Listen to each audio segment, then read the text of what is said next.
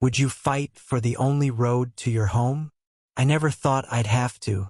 My name's Sarah, a single mom who moved to a quiet rural plot to raise my son, Jake, away from city chaos. Our small house sat at the end of a narrow dirt road, the only way in or out. It wasn't much, but it was ours until Karen, the HOA president, decided it wasn't. Karen ruled our small community like a queen. With her clipboard and fake smile, she enforced rules nobody voted for. One morning, I woke to a no trespassing sign staked at the road's entrance. Karen stood there, arms crossed, declaring the road HOA property because it crossed a sliver of their land. Use the highway, she sneered, pointing to a muddy, mile-long detour. For me, that meant dragging Jake's wheelchair through sludge impossible. I pleaded, explaining it was our only access. She shrugged. Rules are rules. Fury simmered, but I stayed calm for Jake. I dug through property records, finding the road was a shared easement, legally mine to use. I showed Karen the documents. Her eyes narrowed. We'll see about that, she hissed, storming off. Days later, the sign was replaced with a locked gate. My groceries spoiled in the car as I argued with Karen's lackey, a nervous guy named Tom who muttered, "She's just protecting property values." Neighbors avoided my gaze, too scared of Karen's wrath to help.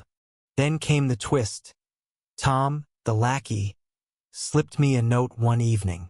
"Check the water lines." It read. Confused, I researched.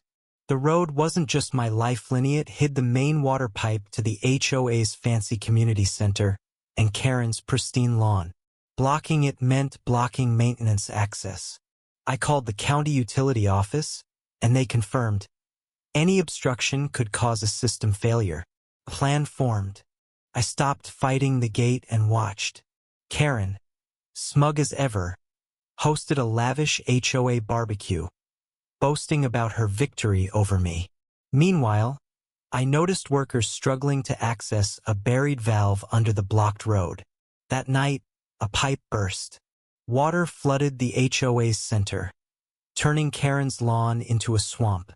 She shrieked, blaming the county, but an inspector arrived and pointed to the gate. "No access, no repairs," he said. Karen's face paled as neighbors turned on her, their own water cut off.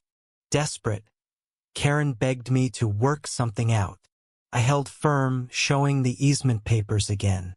"Remove the gate, or the whole HOA stays dry."